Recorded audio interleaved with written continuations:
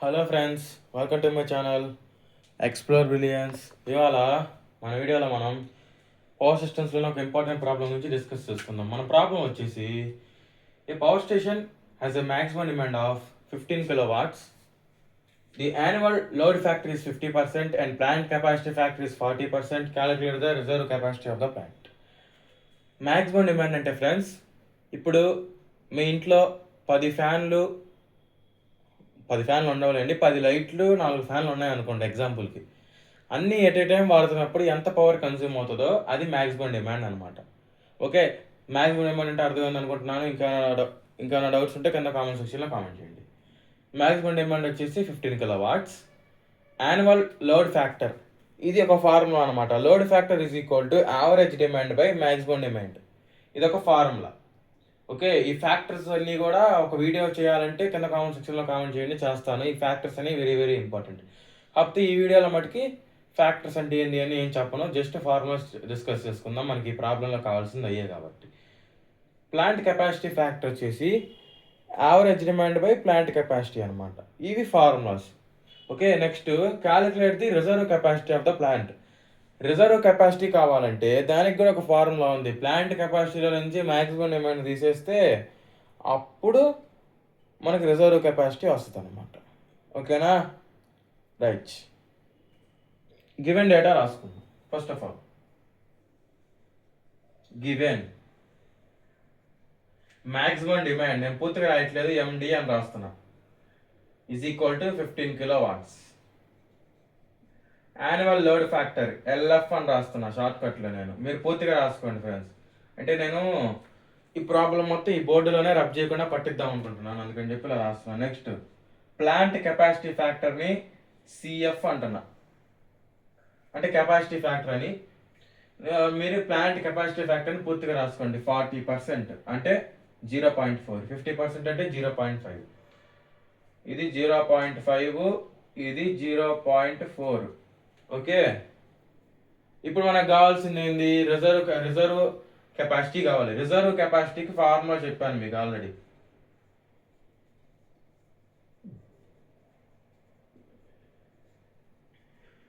Plant capacity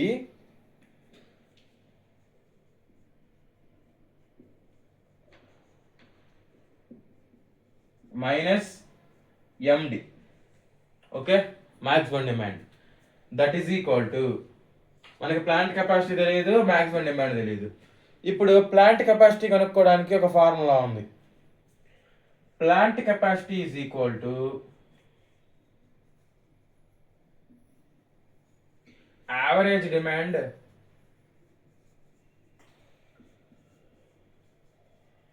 divided by plant capacity factor.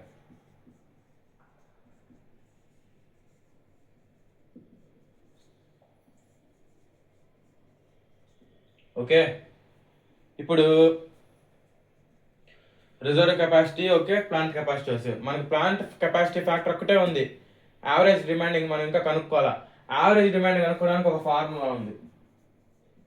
Average demand is equal to, నేను డైరెక్ట్గా formulas రాస్తున్నాను friends, ఎందుకంటే మనకి ప్రాబ్లంలో కావాల్సింది అయ్యే కాబట్టి. Average demand is equal to load factor into maximum demand.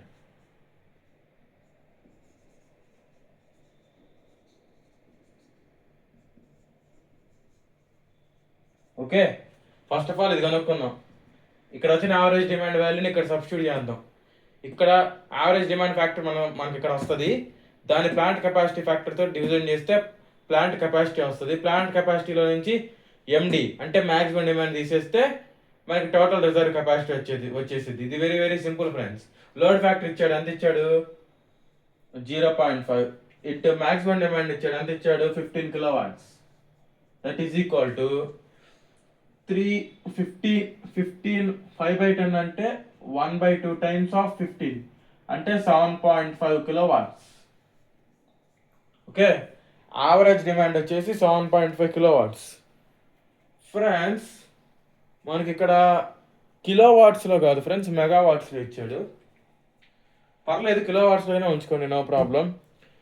ఇక్కడ కిలో అయితే ఇక్కడ కిలో, ఇక్కడ మెగా అయితే ఇక్కడ mega, no difference. 7.5 divided by plant capacity factor అంతా 0.5, that is equal to plant capacity calculators open చేసి 7.5 divided by plant capacity factor, ఇది PCF ఎంత 0.4 అంటే 75/4 అని కొట్టండి క్యాషియోలో, అప్పుడు మీకు 18.75 కిలోవాట్స్ వస్తుంది. ఓకేనా ఫ్రెండ్స్, ఇక్కడ కిలోవాట్స్ తీసుకున్నాను నేను, అందుకని ఇక్కడ కిలోవాట్స్ వచ్చింది. ఇక్కడ మెగావాట్స్ వస్తే ఇక్కడ మెగావాట్స్ వస్తుంది, అంతే, డిఫరెన్స్ ఏముండదు. ఇప్పుడు ప్లాంట్ కెపాసిటీ ఫ్యాక్టర్ అంటే 18.75 divided by maximum demand. Maximum demand ఎంత వచ్చింది 15, that is equal to 3.75 kilowatts. ఓకేనా ఫ్రెండ్స్, లెక్క అయితే ఒక పవర్ స్టేషన్కి మెగాల్లో కావాలి మనకి, కాబట్టి ఇప్పుడు మెగా అనుకుందాం. నేను రాసేటప్పుడు మిస్టేక్ రాసినట్టున్నాను. ఇప్పుడు ఇది మెగా అయితే ఇది మెగా అవుతుంది, ఇది మెగా అవుతుంది, ఇది మెగా అవుతుంది, ఇది కూడా మెగా అవుతుంది. ఓకేనా ఫ్రెండ్స్, ప్రాబ్లం చాలా సింపుల్ ఫ్రెండ్స్. రిజర్వ్ ఫ్యాక్టర్ కనుక్కోమన్నాడు, రిజర్వ్ కెపాసిటీ కనుక్కోమన్నాడు. రిజర్వ్ కెపాసిటీ ఫార్ములా మనకు తెలుసు, ప్లాంట్ కెపాసిటీలో నుంచి మ్యాక్సిమం డిమాండ్ తీసేస్తే రిజర్వ్ కెపాసిటీ వచ్చింది. మ్యాక్సిమం డిమాండ్ ప్రాబ్లంలో ఇచ్చాడు, ప్లాంట్ కెపాసిటీ మనకు తెలియదు. ప్లాంట్ కెపాసిటీ కనుక్కోవడం కోసం plant capacity is equal to average demand by plant capacity factor, ఇది ఒక ఫార్ములా ఫ్రెండ్స్. నేను డైరెక్ట్గా ఫార్ములాస్ రాసేసాను అనమాట. ఇవి ఎలా వచ్చినాయి, ఎందుకు వచ్చినాయి, ఇవన్నీ నేను చెప్పట్లేదు, ఎందుకంటే మనం ప్రాబ్లం బేసిక్గా వెళ్తున్నాం కాబట్టి. ఓకే, ఒకవేళ మాకు అవన్నీ కావాలంటే కింద కామెంట్ సెక్షన్లో కామెంట్ చేయండి, ఇంకో వీడియోలో ఆ ఫ్యాక్టర్స్ అన్నిటి గురించి ఒక వీడియో చేసుకుందాం. ఓకే, నెక్స్ట్ ఇక్కడ యావరేజ్ డిమాండ్ అనేది మనకి తెలియదు, ప్లాంట్ కెపాసిటీ ఫ్యాక్టర్ వాడు ఆల్రెడీ ప్రాబ్లంలో ఇచ్చాడు, కాబట్టి ప్లాంట్ కెపాసిటీ ఫ్యాక్టర్ సబ్స్టిట్యూట్ చేసి యావరేజ్ డిమాండ్ అనేది మనకు ఒక ఫార్ములా ఉంది, లోడ్ ఫ్యాక్టర్ ఇంటే మ్యాక్సిమం డిమాండ్. కాబట్టి లోడ్ ఫ్యాక్టర్ని మ్యాక్సిమం డిమాండ్ కనుక మల్టిప్లై చేస్తే మనకి హ్యాపీగా యావరేజ్ డిమాండ్ వచ్చేసింది, అది పైన సబ్స్టిట్యూట్ చేస్తాం, ప్లాంట్ కెపాసిటీ వచ్చింది, అది పైన సబ్స్టిట్యూట్ చేస్తాం, రిజర్వ్ కెపాసిటీ వచ్చేసింది. ఓకే ఫ్రెండ్స్, ఈ వీడియో బాగా అర్థమైంది అనుకుంటున్నాను. ఇన్ కేస్ ఏమైనా డౌట్స్ ఉంటే కింద కామెంట్ సెక్షన్లో కామెంట్ చేయండి. నేను డైరెక్ట్గా ఫార్ములా బేసిక్స్లో వెళ్ళాను. Okay, please do like, share and subscribe. ఇంకో వీడియోతో మేము ముందుంటాను. Until then, bye bye.